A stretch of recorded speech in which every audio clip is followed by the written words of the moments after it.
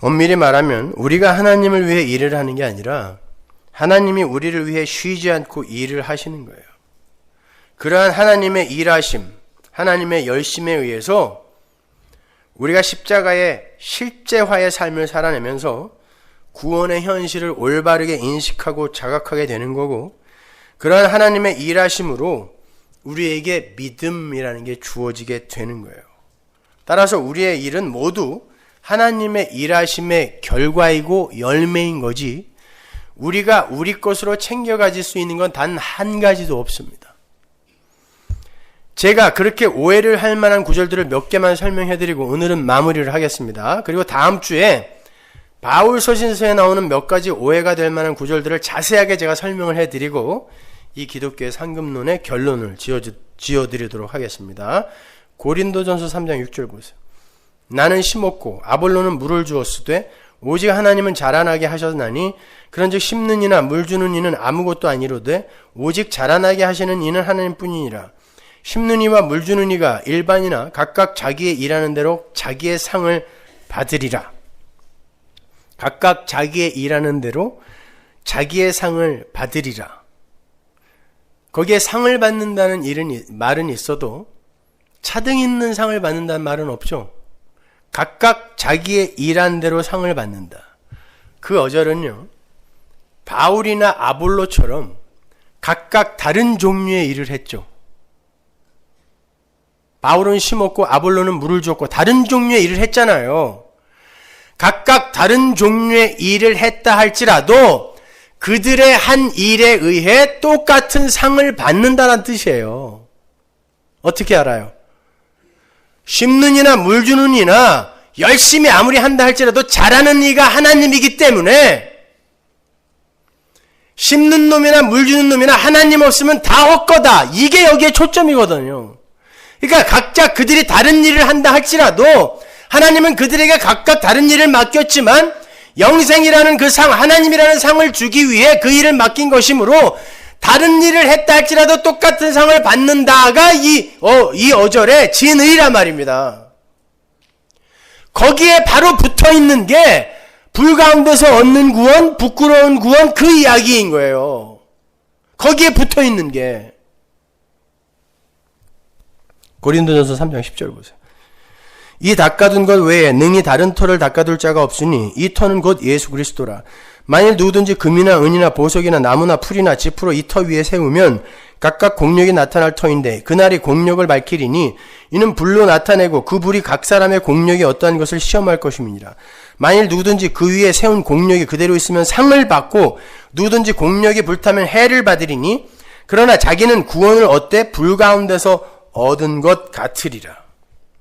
지금 사도 바울이 바로 위에서 상 이야기를 했는데 그 상이 어떤 상이었냐면 바울이나 아볼로가 한 그 어떤 행위도 근거하지 않고 하나님의 일하심, 잘하게 하시는 하나님의 일하심을 근거로 주어지는 상에 대한 이야기가 있었잖아요.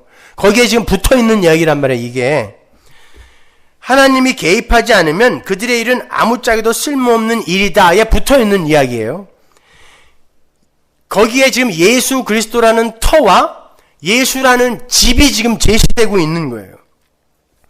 예수라는 터 위에 예수가 지으시는 그 집 이외의 모든 공력은 다 불타버릴 거라는 거예요. 그럼에도 인간들은 자신들의 공력, 즉 자기들의 업적에 의해 상을 받고자 하는 그런 인본주의적 발상을 못 버릴 거란 말이에요. 그래서 사도 바울이 뭐라고 역설법으로 이야기를 하냐면 질문을 던지냐면 누구든지 그 위에 세운 공력에 그대로 있으면 상을 받을 것이다 라고 이야기를 해요.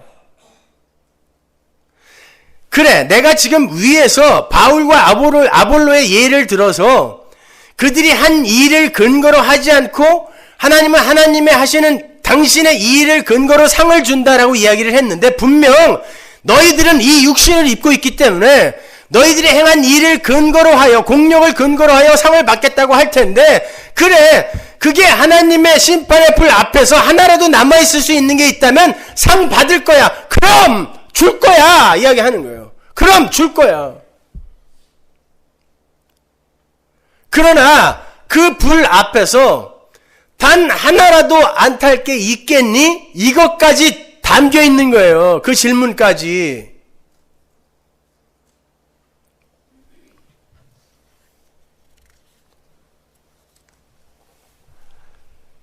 자, 보세요. 그렇게 우리가 이 육적 자아, 이 안에 갇혀서 상을 받겠다고 우리의 행위를 열심히 내놓는데 나중에 심판대 앞에 가니까 그게 다 불이 탔어요. 그때 인본주의적인 관점에서 그 상황을 볼 때 그게 뭐예요? 나는 나에게 상이 될 줄 알고 열심히 했는데 그게 다 불타버리면 내 행한 그 행함이 손해죠. 그래서 여기에 그 재미오, 해라는 단어가 손해라는 단어예요. 재미오라는 단어가 들어가 있는 거예요. 그거 봐. 다 불탈 거 아니야. 그러면 손해야.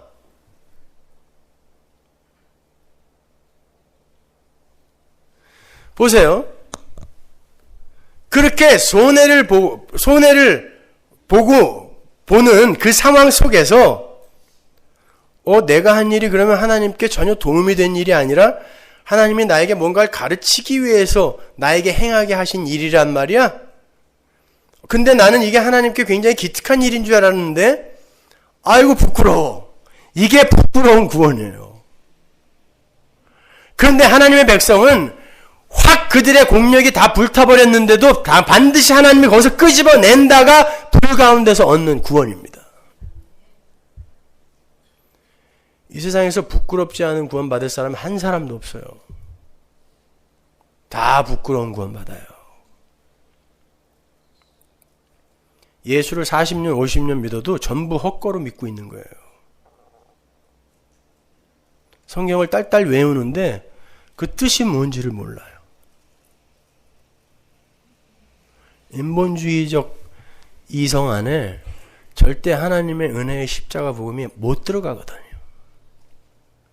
그래서 이해를 못하는 거예요. 아무리 이야기를 해줘도. 그러면 이 순간 나중에 손해보지 말기 위해서 아무것도 하지 말아야지.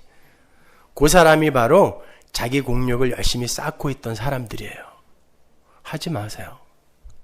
그런 생각 든다면 하지 마세요. 당신이 불신자입니다.